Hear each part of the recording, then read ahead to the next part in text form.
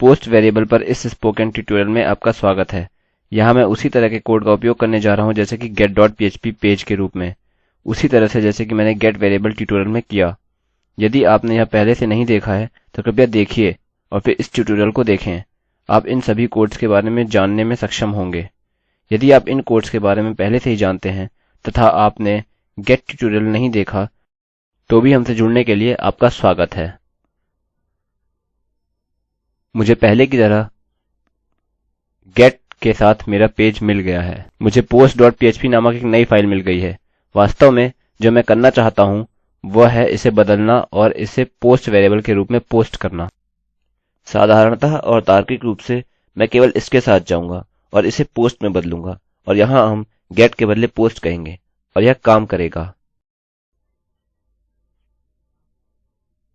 चलिए मैं आपको अपना पोस्ट पेज दिखाता हूँ। यहाँ कुछ भी नहीं है, यहाँ प्रश्न चिन्ह नहीं है।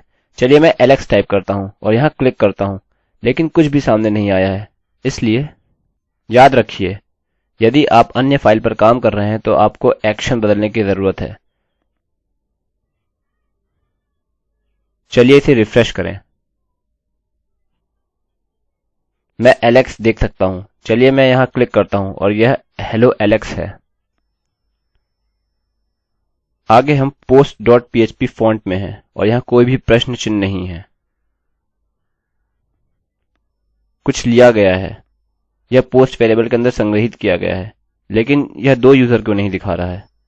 यह काफी अच्छा होगा यदि हम पासवर्ड कह सकते हैं।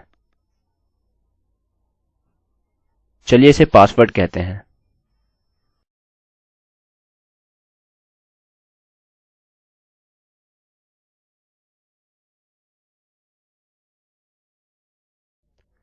मैं यहाँ कहूँगा थैंक्स फॉर योर पासवर्ड और वापस चलते हैं।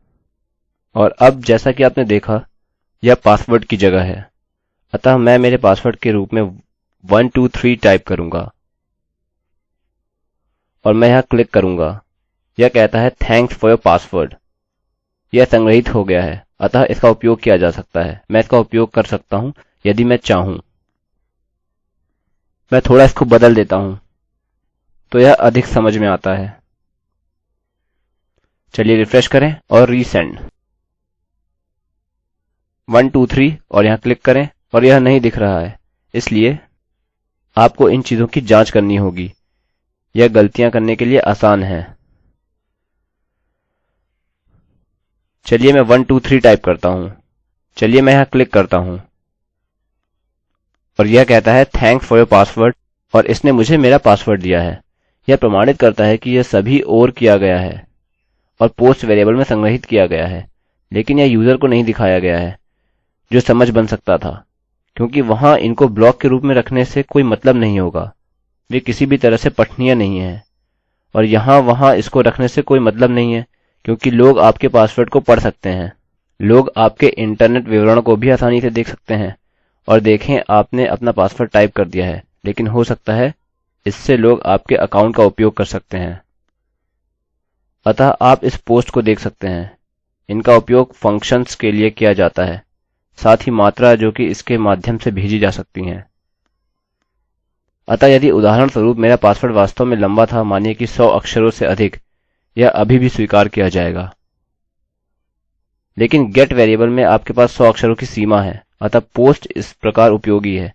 लेकिन यदि आप चीजों का मूल्यांकन कर रहे हैं, जैसे कि कुछ चीजों को अलग करने की कोशिश, आप गेट वेरिएबल का उपयोग कर सकते हैं, बस देखने के लिए यदि आपका डेटा उसके माध्यम से पारित हो रहा है। अतः यह मूलतः पोस्ट वेरिएबल है। आप इसका उपयोग प्रोजेक्ट्स में फॉर्म को जमा करने के लिए करेंगे। अब हम इस ट्यूटोरियल के अंत में आ गए हैं।